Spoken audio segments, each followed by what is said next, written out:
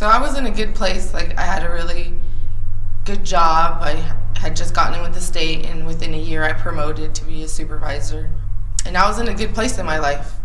And just doing my job, here comes this employee of mine and threatens that he's gonna kill me. And then everything from there just changed.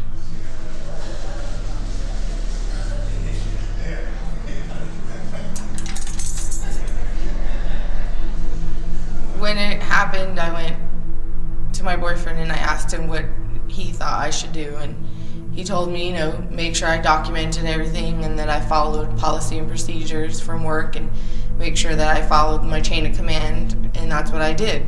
When you work for such a big corporation, they make you feel like you're so little and they don't care about you and they just want someone there, and it's all about the money to them. I wasn't accommodated and they didn't do anything to correct the issue.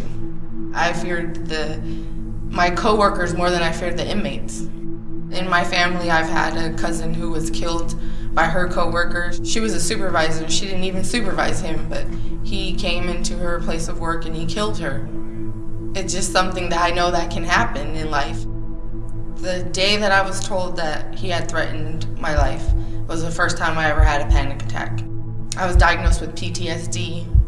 It took a toll on my relationship with my boyfriend, with my kids. What would happen to them if I wasn't here? I would hate for them to have to go through that. And I did tell them that if something ever happened to me, you know exactly who did it.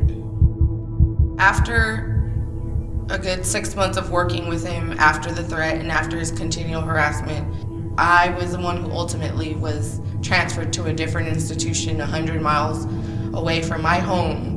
And it took time away from my kids, with my boyfriend, with our whole family.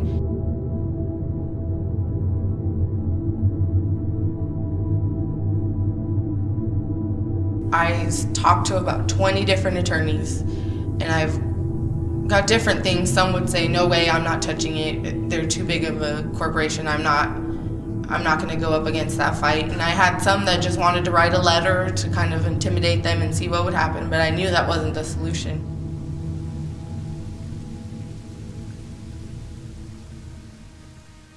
I show him just 3 pieces of paper, and in all my documents I probably have about 1,200 sheets of paper. And he looks at 3 of them and he says, "Let me represent you." And I started to cry because he just heard everything that I had, and he totally knew where I was coming from, and he listened to me, and he's helped me get to where I'm at right now. Harassment is a word many people use but don't really understand. Harassment under the law has to be severe and it has to be pervasive. Verbal harassment is probably the most common, but unfortunately, physical harassment tends to be the most severe. The thing to do if you're experiencing harassment is to write out the details of your harassment complaint and to plead with your employer to do something about it. And if your employer won't do something about the harassment, well, then you should see an attorney right away. You won't find a group of people more committed to the idea of by the people, for the people, than those individuals who work with the Bohm Law Group. We're one of the few firms where when you call, people pick up the phone and people call you back.